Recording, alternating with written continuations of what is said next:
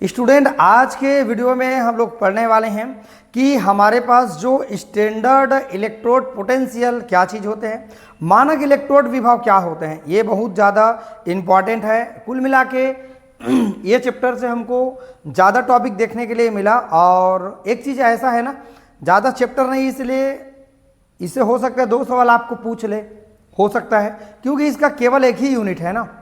तो इसीलिए मैं चाह रहा हूँ कि इसमें छोटा छोटा जो एग्जाम्पल है और क्वेश्चन है वो सब को हम अच्छे से कवर करेंगे। आज का टॉपिक है मानक इलेक्ट्रोड विभव, स्टैंडर्ड इलेक्ट्रोड पोटेंशियल क्या होते हैं समझते हैं। देखो, हम लोग मानक हाइड्रोजन इलेक्ट्रोड आखिरकार किसको कहें? जिसकी सांद्रता 1 मोल हो, जिनकी कॉन्सेंट्रेशन 1 मोल हो, जिनमें अगर दाब का बात करें तो उसका दाब कितना होना चाहिए? 1 वायुमंडलीय दाब होना चाहिए। और टेम्परेचर का बात करें तो 25 सेल्सियस डिग्री इनका टेम्परेचर होना चाहिए, अर्थात 298 केल्विन आपका टेम्परेचर होना चाहिए। ये तीनों कंडीशन हमारे लिए होते हैं। मानक इलेक्ट्रोड विभव का एक कंडीशन होता है, समझते हैं थोड़ा सा। विलयन की सांद्रता 1 मोल प्रति लीटर होनी चाहिए, पहला बात। गैस का दाब 1 वायुमंडलीय दाब के बराबर होना चाहिए, जिसको मैंने अभी आपको बताया। और तापमान कितना होना चाहिए? 298 या 25 सेल्सियस होनी चाहिए। 298 केल्विन है, केल्विन को जब सेल्सियस में रखा गया है तो 25 डिग्री सेल्सियस होनी चाहिए। बताओ कितने लोगों को याद हो गया? सिंपल बात है यार, ताप दाब सांद्रता बस याद रखना है। ताप कितना होना चाहिए? 298, ठीक है। इसका टेम्परेचर 298 हो गया। अब प्रेशर कितना होना चाहिए? 1 वायुमंडलीय दाब के बराबर होना चाहिए। सांद्रता 1 मोल के बराबर होना चाहिए, 1 मोल कॉन्सेंट्रेशन होना चाहिए पर लीटर। यह है इनका तीनों कंडीशन। अब देखो, उपर्युक्त जो कंडीशन को मानक इलेक्ट्रोड विभव कहते हैं, स्टैंडर्ड इलेक्ट्रोड पोटेंशियल कहते हैं, है ना। स्टैंडर्ड, या हम लोग इसके जगह में इस्तेमाल करते हैं स्टैंडर्ड हाइड्रोजन इलेक्ट्रोड। इसको हम लोग इसके जगह में इस्तेमाल करते हैं मानक हाइड्रोजन इलेक्ट्रोड, जिसको आपने पढ़ा होगा मानक हाइड्रोजन इलेक्ट्रोड को, ठीक है बच्चों। अब देखो यहां पर जो इसको एक नाम से और जानते हैं, नॉर्मल इलेक्ट्रोड विभव, normal electrode potential, normal hydrogen electrode, इसके नाम से भी जानते हैं, नॉर्मल हाइड्रोजन इलेक्ट्रोड के नाम से भी जानते हैं। इसे ई नॉट से हम लोग क्या करते हैं? व्यक्त करते हैं। जो ई नॉट है, जीरो जैसे दिख रहा है, जीरो नहीं है, इसको नॉट पढ़ते हैं, है ना। ये इलेक्ट्रोड पोटेंशियल को बताएंगे। जिंक और कॉपर इलेक्ट्रोडों के मानक इलेक्ट्रोड विभव का निर्धारण हम निम्न सेलों की सहायता से कर सकते हैं। तो इसका हम लोग डिटरमाइन करेंगे दोस्तों, निर्धारण करेंगे। इसका इलेक्ट्रोड विभव का मान हम लोग निकालेंगे। देखो, ये पेपर में आता है कि नहीं आता है वो बात की बात है, बट बच्चों ये हमारे एग्जाम के लिए तो जो भी है, बट ये हमारे नॉलेज के लिए बहुत अच्छा इंपॉर्टेंट चीज़ है। इनका ज्ञान आप सारे लोगों को होना चाहिए। देखो, 52-51 वीडियो में अगर पूरा हमारा केमिस्ट्री कंप्लीट हो जाता है, बहुत अच्छी बात है। समझ रहे हैं आप सभी लोग। पहला है जिंक 2+ आयन इलेक्ट्रोडों का मानक अपचयन विभव ज्ञात करेंगे, पहला कंडीशन है। जब ये समझ आ जाएगा, दूसरा भी आपको समझ आ जाएगा। कॉपर से कॉपर 2+ आयन में कन्वर्ट होते हैं, इलेक्ट्रोड का मानक अपचयन विभव ज्ञात करेंगे। इन्हीं को हम लोग देखेंगे। तो थोड़ा सा मैंने आपको बताना चाहा कि हमारे पास जो हाइड्रोजन इलेक्ट्रोड होते हैं, या मानक हाइड्रोजन इलेक्ट्रोड होते हैं, या मानक इलेक्ट्रोड विभव होते हैं, वो क्या होते हैं। इसके पहले आपने पढ़ा मानक हाइड्रोजन इलेक्ट्रोड, आपने पढ़ा है। लेकिन आज के वीडियो में हम देख रहे हैं कि हमारे पास मानक इलेक्ट्रोड पोटेंशियल क्या होते हैं। आखिरकार मानक इलेक्ट्रोड विभव किसे कहें? तो ये 3 बातें को ही आप सभी बच्चे को याद रखनी है। चलो फटाफट आप लोग स्क्रीनशॉट ले लो। अब इसके बाद बच्चों हम लोग इनको दोनों को बारी बारी से समझ लेते हैं। ज़्यादा लंबा नहीं है, लेकिन कम से कम 25-30 मिनट में ये दोनों कंप्लीट हो जाएगा। चलो सबसे पहले हम जिंक 2+ आयन इलेक्ट्रोड के लिए कैसे मानक अपचयन विभव ज्ञात करेंगे, उनको हम लोग बच्चों समझते हैं। चलिए स्टूडेंट, अब हम लोग जिंक के लिए हम लोग इलेक्ट्रोड विभव का निर्धारण कैसे करते हैं, उनको हम लोग समझते हैं। सबसे पहले आप इफ डायग्राम को देखो। इफ डायग्राम को आपने देखा होगा गैल्वेनिक सेल में, इस वाला भाग को, राइट ना, अर्थात आधा सेल मेरा गैल्वेनिक सेल का ये जिंक वाला हमारा पार्ट है, और आधा हमारा जो काम कर रहा है दोस्तों, ये है हमारे पास मानक हाइड्रोजन इलेक्ट्रोड है। अर्थात 2 अर्ध सेल को हमने क्या कर दिया है? जोड़ दिया आपस में। एक साइड है मानक हाइड्रोजन इलेक्ट्रोड और दूसरा साइड है गैल्वेनिक सेल से हमारे पास जिंक का हमारे पास क्या है, पात्र है। ओके, अर्थात यहां पर देखो सबसे पहले जिंक सल्फेट के विलयन, जहां पर इसकी सांद्रता है 1 मोल है ना, सॉल्यूशन है, विलयन लिख सकते हैं यहां पर। उसमें डूबा हुआ है जिंक रॉड जो काम कर रहा है यहाँ एनोड की तरह काम कर रहा है, माइनस की तरह। और ये जिंक है, जिंक यहाँ पर लिख सकते हैं हम लोग, जिंक का छड़ लिख सकते हैं। ये बात समझ में आ गया। अब यहाँ पर लवण सेतु है, आप सब ने लवण सेतु वाला मेरा पार्ट देखा होगा, जिसमें हम लोग भर के रखे हैं KNO3 प्लस अगर अगर है ना, प्लस KCl प्लस वाटर। ये हमारे पास क्या किए हैं, मिला के हम लोग लवण सेतु बनाए हैं, सॉल्ट ब्रिज बनाए हैं, ये सबको पता है। ये वाला डायग्राम आप सभी लोग देखिए, ये है हमारे पास मानक हाइड्रोजन इलेक्ट्रोड, जहां से H2 गैस एक वायुमंडलीय दाब 1 एटमोस्फेयर ATM 1 एटमोस्फेयर प्रेशर यहां पर लगा रहे हैं, जो काम कर रहे हैं दोस्तों कैथोड की तरह। ये बच्चों काम कर रहा है, कैथोड की तरह काम कर रहा है। अब इसमें सभी लोग जानते हैं, इसमें है प्लेटिनियम का हमारे पास पत्ती होता है। HCl के विलयन में क्या है, डूबा है। HCl होते हैं हाइड्रोक्लोरिक एसिड 1 मोल, वहां पर डूबा है। मतलब ये वाला पूरा पार्ट है मानक हाइड्रोजन इलेक्ट्रोड। नहीं देखा है तो मेरे चैनल में जाके आप सबसे पहले मानक हाइड्रोजन इलेक्ट्रोड को पढ़ना, उसके बाद गैल्वेनिक सेल को पढ़ना। गैल्वेनिक सेल पढ़ने के बाद आप इस टॉपिक को पढ़ना। इसीलिए मैं गैल्वेनिक सेल पढ़ाया हूं, मानक हाइड्रोजन इलेक्ट्रोड पढ़ाया हूं, उसके बाद फिर मैं ये टॉपिक दे रहा हूं, ताकि वो दोनों टॉपिक को समझे रहेंगे तो आपको प्रॉब्लम नहीं होगी। डायरेक्ट इसको सीधा बनाऊंगा तो आपको दिक्कत होगी। तो दो हमारे पास अलग अलग बीकर है। एक बीकर में जिंक सल्फेट के विलयन में जिंक के छड़ जो एनोड का काम कर रहा है, इसका होगा ऑक्सीडेशन। ओके, दूसरा है हमारे पास दूसरा बीकर में मानक हाइड्रोजन इलेक्ट्रोड है जो कैथोड का काम करेगा, जहां से H2 गैस प्रवाहित किया जाएगा। ये सारा प्रोसेस सभी लोग जानते हैं। और HCl यहां पर क्या है, विलयन के फॉर्म में है, समझते हैं। जिंक से जिंक 2 प्लस आयन इलेक्ट्रोडों का मानक अपचयन विभव कैसे ज्ञात करें। जब 1 मोल कॉन्सेंट्रेट वाले जिंक 2 प्लस आयन विलयन में जिंक का छड़ को डुबा दिया जाता है या डूबा रहता है, और SHE स्टैंडर्ड हाइड्रोजन इलेक्ट्रोड मानक हाइड्रोजन इलेक्ट्रोड से जोड़ दिया जाता है। जब दोनों को हम क्या कर दिए, जोड़ दें, तब निम्न प्रकार से हम लोग यहां पर इसका सेल अभिक्रिया को प्रदर्शित कर सकते हैं। जिंक और जिंक 2 प्लस आयन, ये जिंक का छड़ है, जिंक 2 प्लस आयन, यहां मैं चाहूं तो जिंक सल्फेट भी लिख सकता हूं ना, कोई दिक्कत नहीं। तो यहां जिंक सॉलिड के फॉर्म में है। ये एक लकीर दिखा रहा है, जो खड़ी लकीर है ना, ये बता रहा है कि ये किसी विलयन में डूबा हुआ है। तो ये बता रहा है जिंक 2 प्लस आयन अर्थात जिंक सल्फेट के विलयन में डूबा हुआ है, जिसकी सांद्रता 1 मोल है। और ये 2 लकीर क्या बता रहा है, जो 2 खड़ी लकीर दिखा रहा है, ये हमारा ब्रिज सॉल्ट को प्रदर्शित करता है समीकरण में, हमारे पास सेल के समीकरण में। अब यहां पर क्या में डूबा है, देखो H प्लस आयन, जो H प्लस आयन है यहां पर, इसकी सांद्रता को बता रहा है। ये वाला खड़ी लकीर बता रहा है कि इसमें कौन सा डूबा है, हमारे पास H2 गैस के जो ये हाइड्रोजन वाला पार्ट है, ये हमारा डूबा हुआ है, जो गैस का फॉर्म है, और इसमें प्लेटिनियम का क्या है, पत्ती है। आई होप इतना बात समझ में आ गया। अब सिर्फ हमको एक चीज समझना है, किसका ऑक्सीडेशन होगा और किसका रिडक्शन होगा। तो यहाँ पर एनोड जिंक ने इलेक्ट्रॉन दान करा, जिंक 2 प्लस आयन बना, 2 इलेक्ट्रॉन निकल गया, तो इसका हो रहा है ऑक्सीडेशन। अब कैथोड पर हो रहा है हमारे पास रिडक्शन हो रहा है, मैं यहाँ लिख देता हूँ रिडक्शन। इसका मतलब होता है अपचयन होता है, जो इलेक्ट्रॉन को ग्रहण करता है। देखो H प्लस आयन जो यहाँ का है, ये अपने अपने आयन में घुल गए हैं, ये H प्लस आयन में टूटे हैं, क्लोरीन माइनस में टूट गए हैं, और यहाँ पर जिंक 2 प्लस आयन के फॉर्म में यहाँ है, ठीक है। अब ये 2 इलेक्ट्रॉन को ले लिया हाइड्रोजन 2 प्लस आयन, और ये बन गया H2 गैस बन गया। क्या बन गया, H2 गैस। अर्थात ये इलेक्ट्रॉन लिया तो इसका हो गया रिडक्शन, ये दिया तो इसका हो गया ऑक्सीडेशन। सेल में होने वाले कुल रिएक्शन को बता सकते हैं। देखो हमारे पास जिंक सॉलिड है, H प्लस आयन है, दोनों को लेफ्ट साइड को मैंने एक साइड लिख दिया। अब राइट साइड को देखते हैं, zinc 2 plus ion, zinc 2 plus ion, H2 का H2। इलेक्ट्रॉन तो हमारा दोनों को कैंसिल हो गया ना, है ना, दोनों इलेक्ट्रॉन कैंसिल हो गया। ओके, तो ये बात हमको समझ में आ गया कि अब देखते हैं विभव मापने पर EMF इलेक्ट्रोमोटिव फोर्स, विद्युत वाहक बल ना, अगर हम नापें तो इसका मान मिलता है, क्या मिलता है, 0.76 वोल्ट प्राप्त होता है। अब चलो हमारे पास सेल को बताने का एक तरीका है। ई सेल जो हम ज्ञात कर रहे हैं, ई सेल बराबर लिख सकते हैं E naught right minus E naught left, ये फार्मूला है हमारा।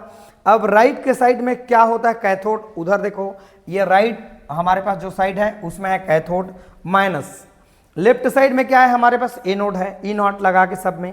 अब कैथोड पर क्या हो रहा है, H प्लस आयन, यहाँ पर जो H प्लस आयन है वो क्या में कन्वर्ट हो जाता है, H2 में कन्वर्ट हो जाता है, माइनस हमारे पास जो कैथोड एनोड है लेफ्ट साइड में वहां पर क्या होता है, जिंक 2 प्लस आयन, जिंक में हमारे पास क्या है, डिजॉल्व है। आपने यहां देखा जिंक 2 प्लस आयन ऑब्लिक मैंने लिखा है जिंक, अर्थात जिंक का प्रोसेस हो रहा है यहां पर, और यहां पर हाइड्रोजन का प्रोसेस हो रहा है। अब दोस्तों हम जानते हैं ई सेल का मान मापने पर यहां पर लगा हुआ है ना, यहां पर मापने के लिए विभव मापी लगे हुए हैं, वोल्टमीटर लगा हुआ है, इसका मान मापे तो 0.76 प्राप्त होता है, बराबर का बराबर हमने लिखा। हाइड्रोजन का मानक इलेक्ट्रोड विभव आपने विद्युत रासायनिक श्रेणी में मेरे वीडियो में जाके पढ़ा होगा बच्चों कि हमारे पास जो हाइड्रोजन है वो बहुत चीज को बताता है ना, उसका मान होता है 0 होता है इलेक्ट्रोड विभव का मान, तो हाइड्रोजन के लिए मैंने लिख दिया 0।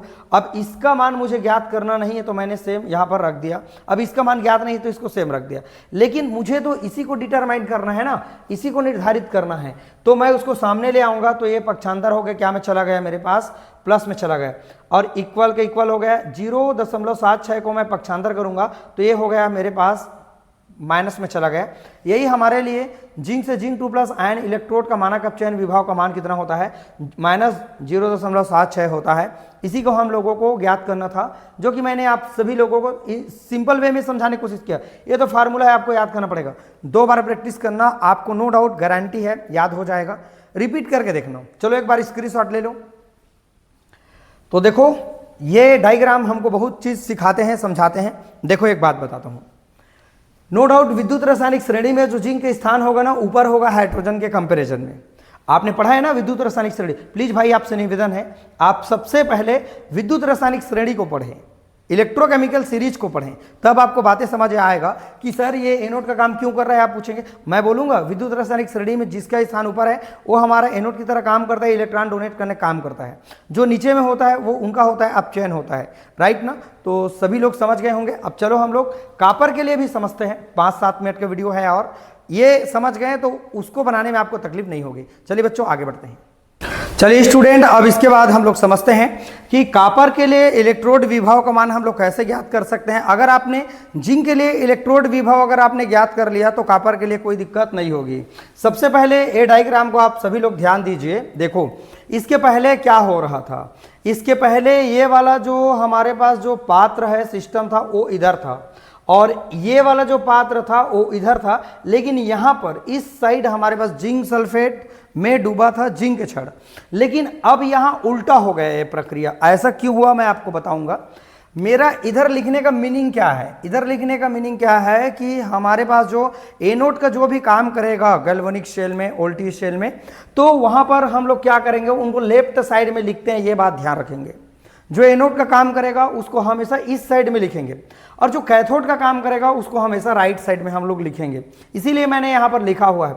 अब बच्चों सवाल हमारे मन में एक चीज चल रहा होगा कि सर अभी कुछ देर पहले जो H2 मानक हाइड्रोजन जो इलेक्ट्रोड था वो हमारा कैथोड की तरह काम कर रहा था जब जिंक के साथ जोड़ा था तो, लेकिन दोस्तों यहां पर क्या हो रहा है, जब मैं इसको कॉपर के साथ जोड़ा हूं, कॉपर के राड के साथ जब जोड़ा हूं, कॉपर सल्फेट का विलयन है, तो यहां पर जो यही मानक हाइड्रोजन इलेक्ट्रोड एनोड का काम क्यों कर रहा है।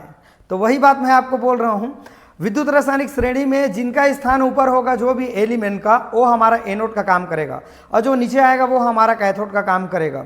तो यहां पर बच्चों क्या होगा, जो हमारे पास जिंक सल्फेट जो यहां पर कॉपर सल्फेट का विलयन है, अर्थात जो कॉपर का जो छड़ है वो कैथोड की तरह इसलिए काम कर रहा है क्योंकि विद्युत रासायनिक श्रेणी में उनका स्थान बच्चों नीचे है, और हाइड्रोजन का जो स्थान है ना वो मेरे पास क्या है, ऊपर होता है, इसीलिए एनोड का काम ये कर रहा है। आप चाहे तो टेबल देख सकते हैं जिसको मैंने ऑलरेडी आपको लेक्चर दे दिया है।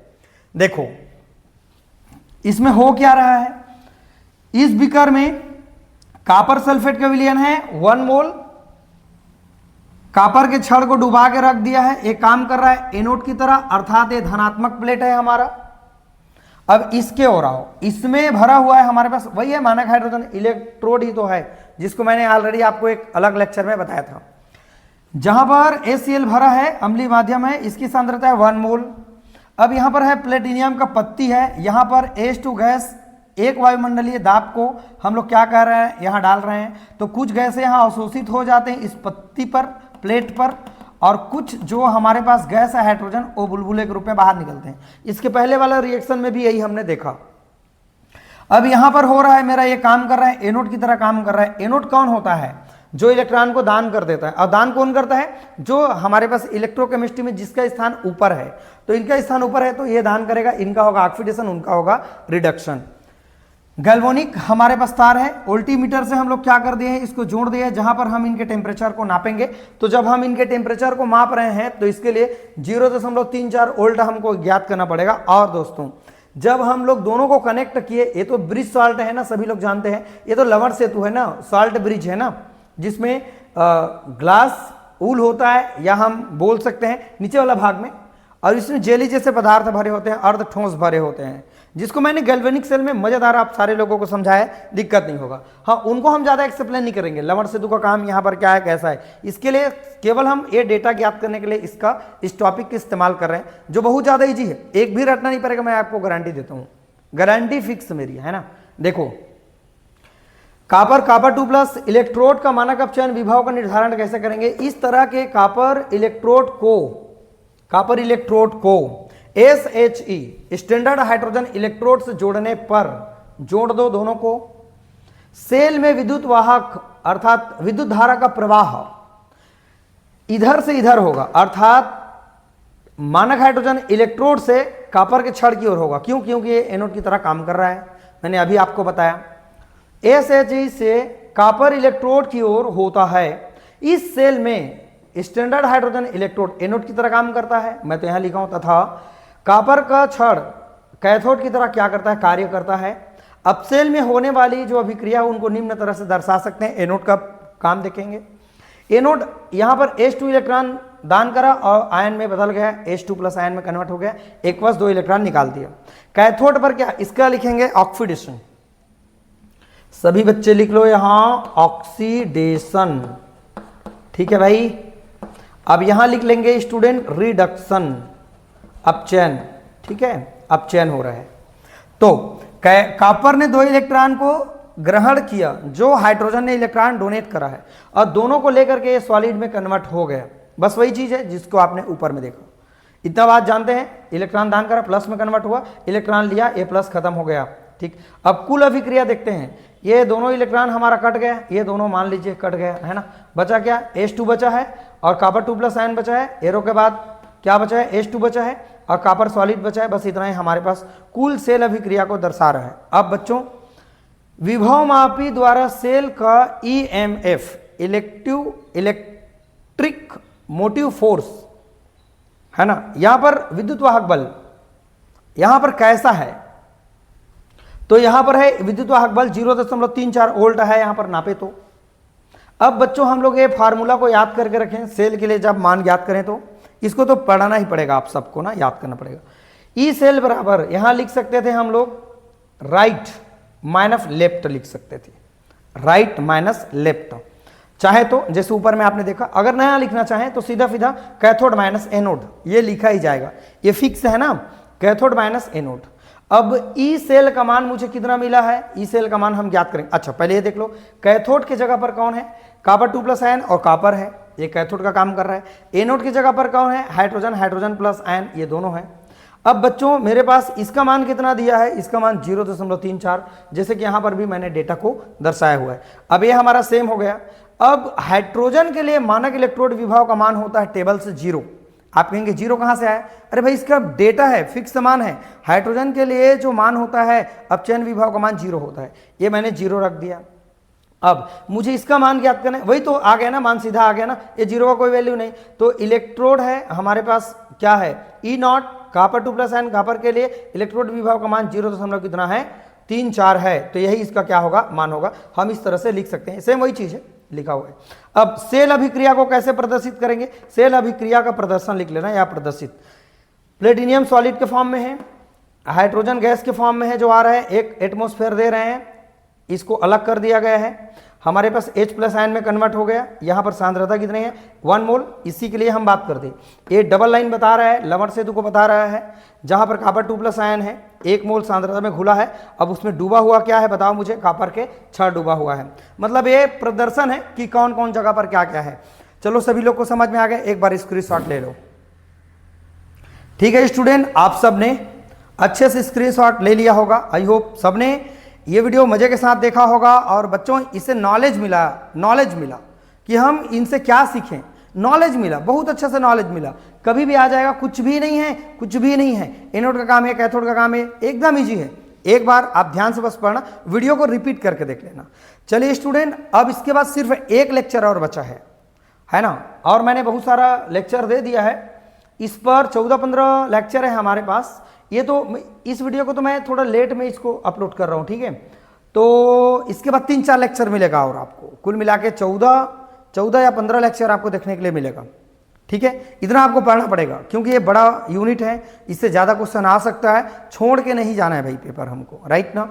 तो बच्चों इस तरह के टॉपिक को आप समझते रहिए, पढ़ते रहिए। चैनल में नए आए हैं दोस्तों तो चैनल को जाके सब्सक्राइब कर लेना, क्योंकि आपको सभी वीडियो जब भी मैं अपलोड करूंगा नोटिफिकेशन में सभी लोग को मिल जाएगा। और जो भी दोस्त आ रहे हैं उनको शेयर कर देना। देखो बच्चों, वीडियो बनाने में काफ़ी मेहनत लगता है। आप एक बार मेरे जगह में सोच के देखें कितना मेहनत लगता है। लाइक कर देने से आपका कुछ बिगड़ जाएगा क्या? लेकिन आप ना तो लाइक नहीं करते, ना सब्सक्राइब नहीं करते, ना कमेंट नहीं करते। इतने अच्छे वीडियो दिखाने के बाद बहुत बच्चे को तो पता भी नहीं है कि हम कमेंट कहाँ से करें। अरे नीचे में कमेंट का ऑप्शन दिया, जाके बोलो जो भी बोलना है आपको, राइट ना, वहाँ जाके कमेंट करना चाहिए आप सारे लोगों को। चलिए बच्चों, वीडियो को वॉच करने के लिए थैंक यू सो मच।